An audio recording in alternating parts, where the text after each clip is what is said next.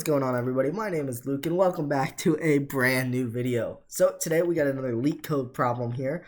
What we basically need to do is we need to find the least number of unique integers after k removals. If you guys have been enjoying this series, don't forget to subscribe for more daily videos. Alright, let's hop right into it. So given an array of integers r and an integer k, find the least number of unique integers after removing exactly k elements. So let's look. In this first problem, right, we have the numbers 5, 5, and 4. So we have two unique integers, 5 and 4. We can remove one element. So if we remove the instance of 4, then we will only have one unique integer, the number 5. Same thing here. We have actually 1, 2, 3, and 4. So 4 different unique integers, but we only have one instance of 4, one instance of 2, and we have k equals 3. So we can remove both of those. Now, since there are more than one instance of 1 or 3 left, we can remove one of them, but it does not matter because there will still be 1 or 3, and that will be a unique integer for each other. So the result is 2, as explained down here. All right, let's hop right into it. So kind of what I think of when I see some sort of integer where we have to know that they're unique and we need to know the occurrence of each integer is to populate this kind of thing into a hash map, right? Because what a hash map is going to allow us to do, it's going to allow us to store the keys. So the unique integers are going to be our keys, and our values will be the occurrence of each integer. And we can take advantage of default constructors in C++ to do this with some nice syntax. So first thing I'm going to do is create an unordered map right here, std unordered map, and I'm going to make it a type integer and uint32t. Since I know that an occurrence will be never less than 0, we can make it an unsigned integer. I'm just going to call that map m. Then I can just use an std algo for each to populate this hash map for array.begin, array.end, and then I can just write a quick little lambda function. So if I then take in the global m, I take in an integer I, and all we need to do is m at I++. So this is the sort of neat little trick I was talking about in C++. What this is actually going to allow us to do is fill our hash map with the unique values, and it's going to start at 0. The default constructor is 0. So when I come to a new value of I will just initiate the hash map with 0. So if I come to this value 5, I initiate it 5, 0. And then after that, I'm going to actually increment with the postfix operator to actually make it 5, 1. So what that's going to do for us, it's going to store each integer that we have in this array as its own key, and the value will be the occurrence of each integer. Now, what we kind of need to do is we need to find the least number of unique integers after removing exactly k elements.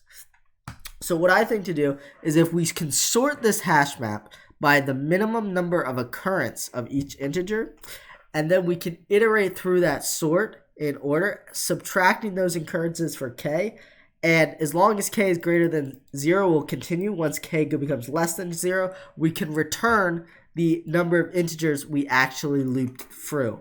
So kind of how I'm going to sort this hash map is I'm actually going to take advantage of two things. I'm going to take advantage that we have an std sort function, and I'm actually going to create an array for that so that we can use the sort function and use a lambda function inside to actually compare the values of our hash map as an array or as a vector. And what these values are going to allow us to do is actually change the order of the vector so that the minimum value is the first element in the vector. So I know that was a lot. Let's just go through it in an implementation, and hopefully it'll clear things up for you guys. So I'm just going to declare a vector right here, and it's going to be a vector of pairs, right? And the pairs are going to be integer and uint32t, the object stored in our hash map, and we actually need std here, and we're just going to call this vector v. Then again, I'm going to use the for each to populate this vector with each pair in the hash map. So I do m.begin, m.end, and again a lambda function where we're just going to push back each pair. So we do std pair integer uint32t, and we'll call the pair I, and then we can just do v.push back our pair, which is called I. So now we populated with our vector with these hash map pairs that we created here, where each pair is both the unique element and the occurrence of that element in our array. Now we can use this neat little sort algorithm that I was talking about, where we iterate through our vector. And what we can then do is create this lambda function where we get both pairs, right? Int uint32t, uint32t, and we'll call that one I, and then we'll get another one and we'll call it j. And basically what we can do here is now by it going through both pairs, we can then return a comparison between the values of those pairs. So to get a value out of a pair, all we need to do is use std_get. Then we use the index operator here, a little bit of index operator. We're going to use the first index because pairs are 0 index, so this int will correspond to 0, uint is going to correspond to 1, and we obviously need to put the pair in there, I. If I is less than, obviously we want j, the same exact thing. So what this is going to do is this is going to sort our vector such that this function that we created here is always true, right? So that's such that I is always less than j, and since I is our first element always has to be the minimum of our second element.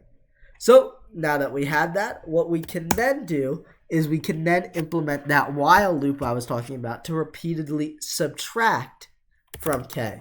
So I just make a for loop over here, while/for loop previously is what I mentioned. I has to be less than v.size here. I almost wrote length. I plus something like that, right? And then what we can do is we can do k minus equals our value at I. So again, we're going to use std.get to get the pair value, and we are actually going to pull v at I in this case. So there we go. So now we're subtracting k. Now we want if k is less than 0, this is when we need to write our return statement.